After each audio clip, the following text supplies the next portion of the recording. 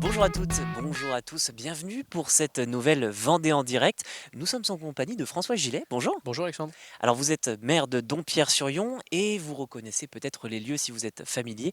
Nous sommes au bord de la stèle du Maquiérin à Dompierre. Donc si nous sommes ici, c'est tout simplement pour parler de cette cérémonie le 30 août, demain. Donc qu'est-ce qu'elle a de particulier? Ce n'est pas une cérémonie patriotique à proprement parler.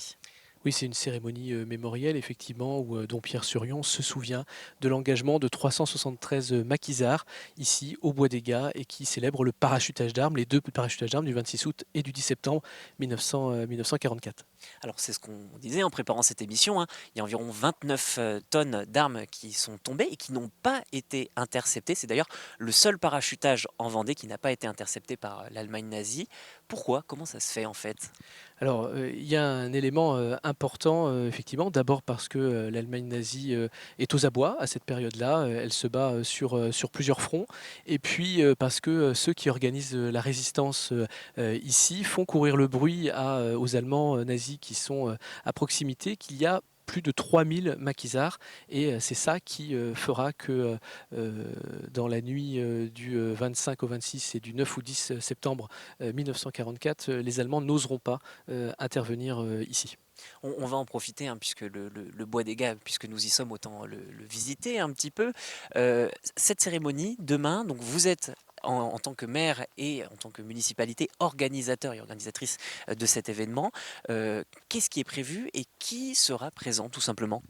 Alors, la commune, effectivement, est l'organisatrice de l'événement, vous le disiez, mais on l'organise aussi avec des partenaires. L'association du patrimoine de Dompierre-sur-Yon, que préside Dominique François. Elle est aussi appuyée dans cette mission-là par Rose Pasquereau, la mémoire vivante de Dompierre-sur-Yon et qui connaît parfaitement les moindres détails de ces lieux et puis des personnes qui ont combattu et qui ont œuvré ici.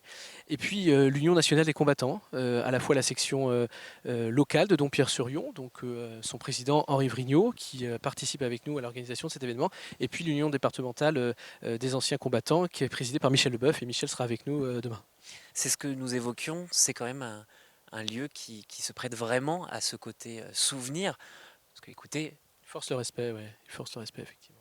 ouais, on l'entend, c'est très silencieux, c'est très reposant et en même temps, ben, c'est vraiment, comme vous le disiez, ça force le respect. C'est juste derrière, sur notre droite, là, ici, que quelque part un petit peu plus haut, effectivement, les 373 résistants, donc 100 au début du mois d'août et ensuite 100 pardon, au début du mois de septembre et 373 un peu après, ils se sont abrités ici, effectivement, dans ce bois est un petit peu, qui permet d'avoir quelques cachettes, quelques abris et d'être à l'écart. C'est la mission qui avait été confiée, hein, effectivement, quand les forces françaises intérieures s'organisent pour appuyer et pour déstabiliser l'Allemagne nazie en intérieur.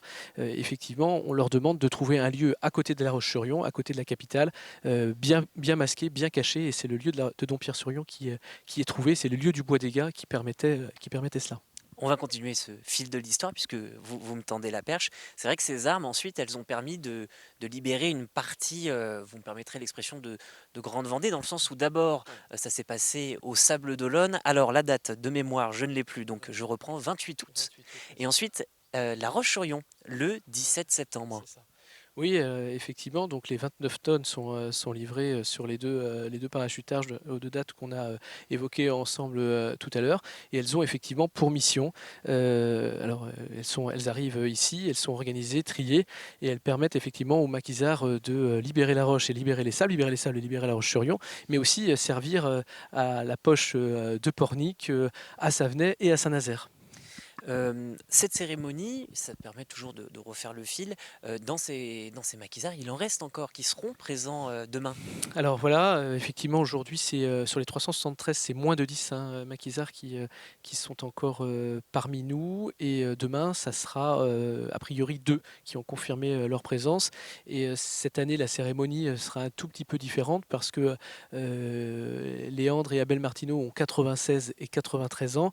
On a préparé un peu ce moment aussi, avec eux, et on va, organiser, une séquence, témoignage où on va leur poser, quelques questions, notamment sur comment, et pourquoi est-ce qu'ils ont rejoint effectivement le maquis, Hérin, heu, à cette époque-là et pour quelles raisons effectivement et comment ils sont arrivés ici et comment se passait la vie à l'intérieur de ce maquis. Oui, puisque à l'époque, ils avaient environ, 16 ans, c'est des C'est ça, adolescents, ouais, quoi. ils ont entre 19, 20 ans, voilà, ce sont même, Des jeunes adultes, oui. ils disent même eux des gamins. On était des gamins. C'est l'expression qu'ils utilisent, ils savaient pas à quoi s'attendre. Ils n'avaient jamais manié d'armes, pardon, et ils savaient pas à quoi s'attendre.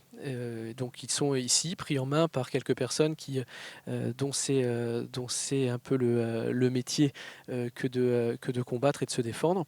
Mais ce sont effectivement des jeunes, qui, travaillaient déjà aussi, hein, pour, Abel Martineau, travaillait à la ville à La Roche-sur-Yon, pardon et puis, Léandre était, charcutier. Et cette jeunesse, justement, si on transpose à aujourd'hui, c'est important de transmettre ce souvenir-là, mais comment on l'organise? Alors, c'est vrai qu'aujourd'hui, ce point, compte tenu de la date, n'est pas le meilleur moment pour, permettre notamment aux écoles d'être présents, mais c'est quelque chose sur lequel il faut qu'on puisse, travailler, dans les, prochaines cérémonies. C'est la 78e, hein, cette année. On associe à ces événements, les conseillers, municipaux enfants. On a aussi les enfants des résistants ou les petits enfants des résistants qui, parfois participent à ces cérémonies. Hem, je pense qu'il faut qu'on aille plus loin avec nos partenaires de l'UNC et de Dompierre Patrimoine sur ce point, mais on ouvrira ce sujet dans les prochaines semaines. Et d'ailleurs, donc, si les gens se sont intéressés pour venir tout simplement, ils sont les bienvenus pour demain? Alors, ils sont évidemment, les bienvenus. C'est une cérémonie ouverte, au public et puis, toute l'année, il y a la possibilité, d'emprunter le chemin de la Résistance qui part des étangs de Malvoisine et qui nous permet d'arriver sur le chemin sur lequel, nous sommes et rejoindre la stèle qui est derrière nous. Oui, hein, je me permets de préciser que c'est parfois un petit peu difficile de trouver, donc on tape sur notre GPS «étang de Malvoisine» et ensuite Chemin on entre C'est ça, on base de prend. loisirs de Malvoisine et on part, le chemin de la Résistance, c'est fléché tout le long. Eh ben, en tout cas, le rendez-vous est pris, donc demain 30 août. 30 août d'ailleurs, puisque cette date correspond à l'anniversaire d'un Du colonel colonel. Loriot, c'est ça, Oui, c'est tout ça. à fait. Eh bien, merci en tout cas, François Gillet, d'avoir répondu à Merci nos Alexandre, questions. merci à vous. Et je rappelle que vous êtes maire de Dompierre-sur-Yon. C'était donc pour présenter cette cérémonie importante du souvenir sur le largage des armes au maquis Hérin de Dompierre-sur-Yon. Merci à vous d'avoir été présent et d'avoir écouté avec attention, je suis sûr, cette VED. Je vous souhaite une excellente journée. À très vite pour de nouvelles VED. Merci.